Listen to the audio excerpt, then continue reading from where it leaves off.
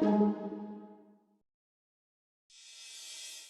have been authorized by the Department of Justice to confirm that the FBI, as part of our counterintelligence mission, is investigating the Russian government's efforts to interfere in the 2016 presidential election. And that includes investigating the nature of any links between individuals associated with the Trump campaign and the Russian government, and whether there was any coordination between the campaign and Russia's efforts. Director Comey, was the president's statement that Obama had his wires tapped in Trump Tower a true statement? With respect to the president's tweets about alleged wiretapping directed at him by the prior administration, I have no information that supports those tweets, and we have looked carefully inside the FBI. The Department of Justice has asked me to share with you that the answer is the same for the Department of Justice and all its components. The department has no information that supports those tweets. Would it be legal for President Obama to have ordered a wiretap of Donald Trump?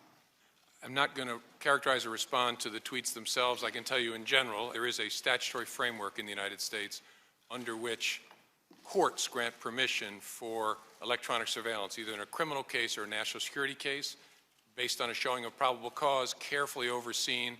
It's a rigorous process that involves all three branches of government, so no individual in the United States can direct electronic surveillance of anyone. So President Obama could not unilaterally order a wiretap of anyone? No president could.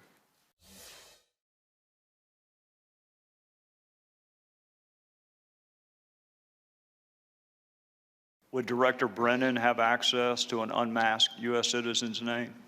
In some circumstances, yes. Would National Security Advisor Susan Rice have access to an unmasked U.S. citizen's name? I think yes, in general, and any other national security advisor would, I think, as a matter of their ordinary course of their business. Would former White House advisor Ben Rhodes have access to an unmasked U.S. citizen's name? I don't know the answer to that. Would former Attorney General Loretta Lynch have access to an unmasked U.S. citizen's name? In general, yes, as would any Attorney General. Did you brief President Obama on any calls involving Michael Flynn? I'm not going to get into either that particular case, that matter, or any conversations I had with the president, so I can't answer that.